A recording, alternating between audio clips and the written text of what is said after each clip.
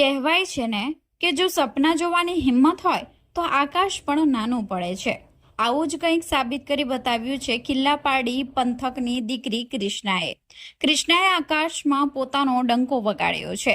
તે ખિલ્લાપાડીની સર્વપ્રથમ મહિલા વિમાન ચાલક એટલે કે પાયલોટ બનીને સમગ્ર દક્ષિણ ગુજરાતનું ગૌરવ બની ગઈ છે.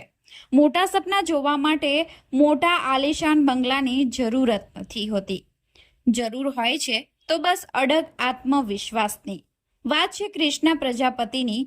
પારડીની પ્રતિષ્ઠિત BRJP સ્કૂલમાંથી શિક્ષણનો મજબૂત પાયો મેળવનાર ક્રિષ્ના જ્યારે 5મા ધોરણમાં હતી ત્યારથી તેના પિતા રમેશ પ્રજાપતિ પોતાની વહાલસોઈ દીકરીના ભવિષ્ય માટે વિદેશની ધરતી પર લોહી પાણી એક કરી રહ્યા હતા. પણ આ સફર આસાન નહોતી. પિતા વિદેશમાં હતા ત્યારે વતનમાં કિલ્લાપાડીના આ વલસાડી ઝાપા વિસ્તારના એક સામાન્ય ઘરમાં રહેતી માતાએ પુરુષ સમોવડી બનીને દીકરીની આંગળી પકડી રાખી. આ માતાએ દીકરીના સપનાને ક્યારેય તૂટવા ન દીધા અને BRJP સ્કૂલમાં શરૂ થયેલી આ સફરને આકાશ સુધી પહોંચાડવા પીઠબળ પૂરું પાડ્યું. સામાન્ય પરિવારમાંથી આવતી ક્રિષ્નાએ ભારતની અઘરી DGCA પરીક્ષાઓ માત્ર 5 જ મહિનામાં પાસ કરીને સૌને ચોંકાવી દીધા.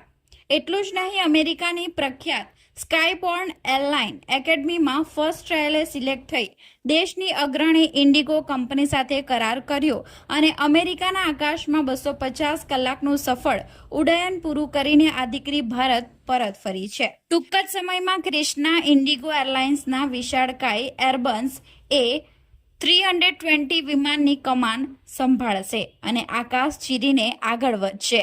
પિતાનો પરસેવો અને માતાની મમતા આજે રંગ લાવ્યા છે. પારડીની આ સિંહણ પર આજે આખા ગુજરાતનો ગર્વ છે. કૃષ્ણા રમેશભાઈ પ્રજાપતિ. નાની હતી ત્યારે ડેડી અને દાદા લોકો એરપોર્ટ પર કામ કરતા હતા. તો જ્યારે મુંબઈ આવતા ત્યારે હું જતી હતી એમને લેવા. ત્યારથી પ્લેનો ને બધું જોયેલું અને જ્યારે હું ગઈ ત્યારે ઓલવેઝ જોયેલું કે અમે રાઈટ સાઈડ ટર્ન કરીએ પેસેન્જર સીટ પર જવા માટે, પણ ઓલવેઝ લેફ્ટ સાઈડ પાયલટ લોકો ટર્ન કરે.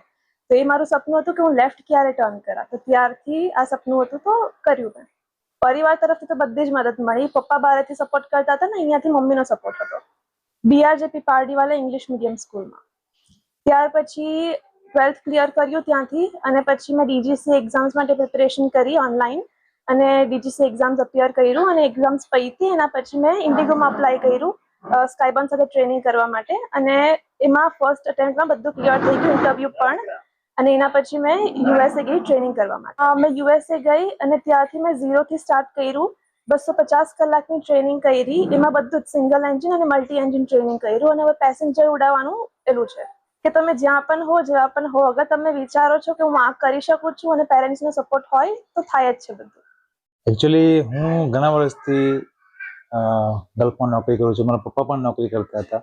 એટલે જ્યારે પણ અમે આવીએ છીએ ઇન્ડિયા ત્યારે અમારો પરિવાર અમને લેવા માટે મુંબઈ આવે છે. તો ત્યારથી જ એને એમ પ્લેન જોઈને એના મનમાં હતું જ કે મારે પણ આગળ જઈને કંઈક કરવું છે અને મતલબ કે પાયલટ બનવું છે એના મનમાં હતું જ. ને અમે પણ કીધું કંઈ વાંધો નહીં, તમે તમારી જે ઈચ્છા હોય એ અમે તમને સપોર્ટ કરીએ.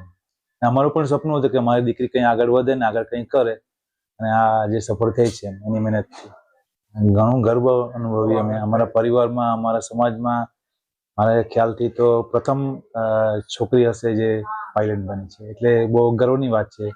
સંઘર્ષ ઘણો, મારા પપ્પાએ જે રીતે સંઘર્ષ કર્યો પોતાના પરિવાર માટે એ પ્રમાણે હું પણ હમણાં મારા પરિવાર માટે લગભગ 15-20 વર્ષથી બહાર સર્વિસ કરું છું. અને શું કરે, પરિવારના ભવિષ્ય માટે આપણે થોડું બલિદાન આપીને થોડું દૂર રહેવું પડે તાકી આપણું અમે જે કષ્ટ કર્યો છે તે આપણા પરિવાર, આપણા છોકરાઓ એ ના કરે ને આગળ વધે એ માટે આ ચાલુ છે પ્રોસેસ બધી.